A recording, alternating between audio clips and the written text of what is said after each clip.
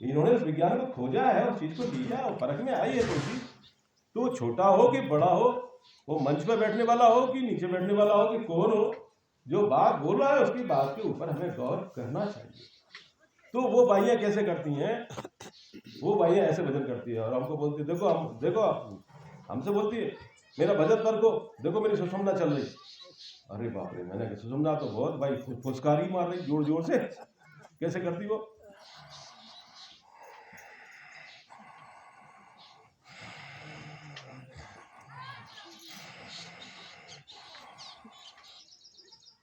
राम राम तो कर रही हो, वो अंदर जीभ नहीं चल रही, ओंठ नहीं चल रही। हमारे महाराज हमेशा बोलते हैं ओंठ चलाओ जीभ चलाओ, नहीं तो गलत चला जाएगा। इनकी बात पे ध्यान नहीं देते। तुम क्या समझते महाराज हमको यहीं रखना चाहते और अपन ऊपर की बात करते? अरे ऐसा नहीं, उन्हें तुम्हें अटकाना नहीं, तुम कहीं गलत रास्ता ना पड़ जाओ इसलिए बोलते हैं। क्यों बोलते हो ओंठ बंद करो, ओंठ बंद मत करो, जीभ मत बंद करो, इसलिए नहीं तो तुम श्वास में चले गए सीधे तो चले जाओगे। और भजन परखाने का मतलब क्या है? वही कि तुम जो ओंठ और जीभ से कर रहे हो, अगर वो समझ जाएंगे कि तुम ध्यान यहाँ है और तुम्हें कुछ हुआ है या हो रहा है, नहीं तो बता देंगे, ठीक है तो आगे का स्थान बताएंगे, नहीं तो क्यों बताएंगे भाई? तो ये आपके दिमाग में से निकाल दो, अपने मन से हरी चीजें मत करो। संत जो भजन बताने वाले उनके अनुसार भजन करो। तो वो कैसे कर रहे हैं आप समझ रहे हैं? आप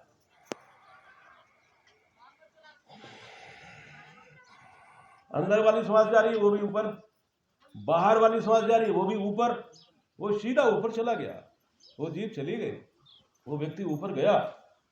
अब ऊपर गया तो सुषुम्ना तो जागृत होगी, दोनों स्वर जब चालू हो गए तो सुषुम्ना जागृत होना ही होना है। सुषुम्ना हवा आ गई तो ध्यान लगने ही लगना है, मन शांत होना ही होना है, ध्यान भी लग जाएगी, उसकी समाधि भी लग जाएगी। वो 3 दिन बैठ सकता है, वो 8 दिन बैठ सकता है। ये बैठने से नहीं होता है। लेकिन वो भजन किस तरीके का है, वो कैसे चढ़ रहा है? बंक नाल होए उल्टा चढ़िया, तब लग माया पूजे, तब लग नाव न सूझे। तब तक उसके नाम का जो सत्शब्द है वो पता चलता ही नहीं।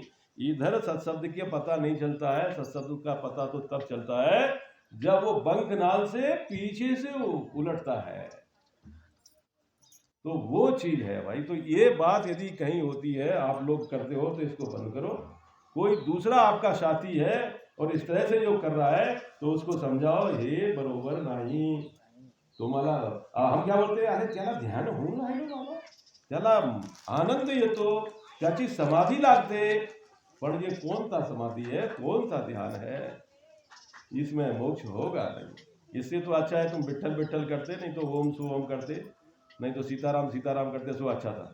अरे आए क्यों, तुमको क्यों रोका जाता है कि और सत्स्वरूप के इश्क बिन और इश्क नहीं कोई, सत्स्वरूप की भगत की हाल चाल को कुतोय, सत्स्वरूप के इश्क बिन और इश्क नहीं कोई, सत के ज्ञान के बिना सत के प्रेम के बिना कह सुखराम सदगुरु सोई, सत की भगति बतावे।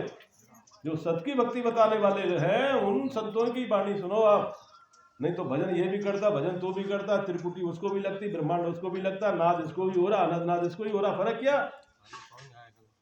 तो इसलिए वो नाद और अनंत नाद के ऊपर आपको जाना है, ठीक? ये बात है, इसकी पक्की बात समझ लो आप, समझ गए? दूसरी बात मुझे जहां तक लगा है, भजन और ध्यान बताने के पहले हमें ज्ञान देना उसको जरूरी है। ये कोई ऐसा भजन ऐसी चीज नहीं है किसी को पकड़ लिया और राम राम कराना शुरू कर दिया, उसको ज्ञान नहीं है कि वो क्या करने जा रहा है और किससे भजन करना है। भजन पहले शरीर से कर रहे हो, फिर भजन जीव से कर रहे हो, फिर भजन आत्मा से कर रहे हो, फिर भजन आत्मा के बाद आप स्वयं से अपना आप भजन कर रहे हो। और भजन तभी सार्थक होगा जब भजन आपका आपसे होने लगेगा। आपो खोज आपने चीना तब लग माया। इस अब की बार का जो हमारा चक्र है, जो हमारा राउंड है, जो मैं सब जगह जा रहा हूँ, जिसको हम समझते हैं कि ये व्यक्ति मेरी बात मानेगा या वे मेरे क्लोज है सबसे ज़्यादा, मैं जो समझा है वो मैं बात आपको बता रहा हूँ और महाराज के प्रमाण से देख लो। रामचंद्र और वशिष्ठ जी के चीज को, संवाद को आप लोग उत्तम मानते हो और कहते हो कि जो वशिष्ठ जी ने राम जी को बताया वही हमको ध्यान करना है। तात्या का संवाद समझो, ये समझो, विठ्ठल राव का समझो। तो उन्होंने क्या बताया, हम उसकी एक लाइन चूक गए, हमारी गलती कहाँ हो गई उसको सुधारने का प्रयास करें। कौन सा? वशिष्ठ मुनि तब बोलिया, रामचंद्र सुन भेव, पार ब्रह्म तुव भाससी, अंतर करसी सेव, अंतर करसी सेव, आप आपी को जो। वाह। पहली चीज आपको जो हम बेसिक ज्ञान है वो हम आपको बताना चाहते हैं, वो आपकी पहली अथॉरिटी होगी, योग्यता होगी, वो है तो आप आगे भजन बढ़ाओ। पहले इसको जानो। आप आपी को जो, राम राम ये पद सुमिर, अरद उरद विच को। उसके बाद राम राम करो। राम राम को और ऐसा करो कि राम राम खो जाए और आप ही रह जाओ। अगर मन रह गया तो नहीं निपटे। दिक्कत कहाँ है? फांसी कहाँ लगी? बंधन काय का? शरीर का बंधन, काय का? जीव का बंधन, काय का? चेतन का बंधन, काय का? आत्मा का। ये दिमाग से निकाल देना कि मैं तुम्हें आत्मा का ज्ञान दे रहा हूं। कल जो बताया ना, आप ही हो, आत्मा नहीं है, जीव नहीं है, नहीं है जीव, ब्रह्म नहीं साहेब कहता कछु ना। और तुम कैसे कह रहे हैं कि आत्मा है? बताता हूं आत्मा क्यों नहीं है, उसका भी भेद बताता हूं। वो अगर तुम आत्मा समझ के उसको रह गए तो वो काल हो जाएगा तुम्हारे लिए। अगम देश कभी नहीं जाओगे, आप वहीं ठहर जाओगे। आप ही को जो, आप अपने आप को खोजो। आप कौन हो और कैसे खोजोगे? क्या सत्य है वो? तुम ना जीव हो, ना शरीर हो, ना ब्रह्म हो, ना चेतन हो, ना साहेब हो। आप इसके जानने वाले हो, आप इस सबका ज्ञान रखने वाले हो। ना आप बच्चे हो, ना जवान हो, ना बूढ़े हो। तुम्हारा शरीर जवान है, शरीर बच्चा है, शरीर बूढ़ा है। ना आप बुद्धिमान हो, ना आप बुद्धू हो। 7 वेद का अंग एक दिन लेंगे भाई साहब। उसमें कहा है ना मैं अड़ू मड़ू है, ना ही ना मैं जाया अजाया, ना जाचे अजा, ना बुद्धि ना मन, ना ज्ञानी ना अज्ञानी, ना ये ना ने। वो कौन? साधु। और तुमको नहीं होना क्या साधु? फिर वो कैसा साधु है वो आपको होना पड़ेगा। और साधना में वो चीज तुम्हारे अंदर आ गई, उसको जान गए, वो है आप ही को खोजो। तो आप अपने आप को समझो, आप कौन हो? आप ही को खोजो और उसमें रह के भजन करो। अबे आपको अपना तो पता है नहीं। शरीर को लगा दिया, फिर जीव को लगा दिया, फिर मन को लगा दिया, फिर चेतन में लगा दिया, और उसके आगे तुम्हारे आपको ज्ञान ही नहीं है, तो आप जाओगे क्या, करोगे क्या? इसलिए आप उसके बाहर जा नहीं सकते, ज्ञान नहीं है आपको।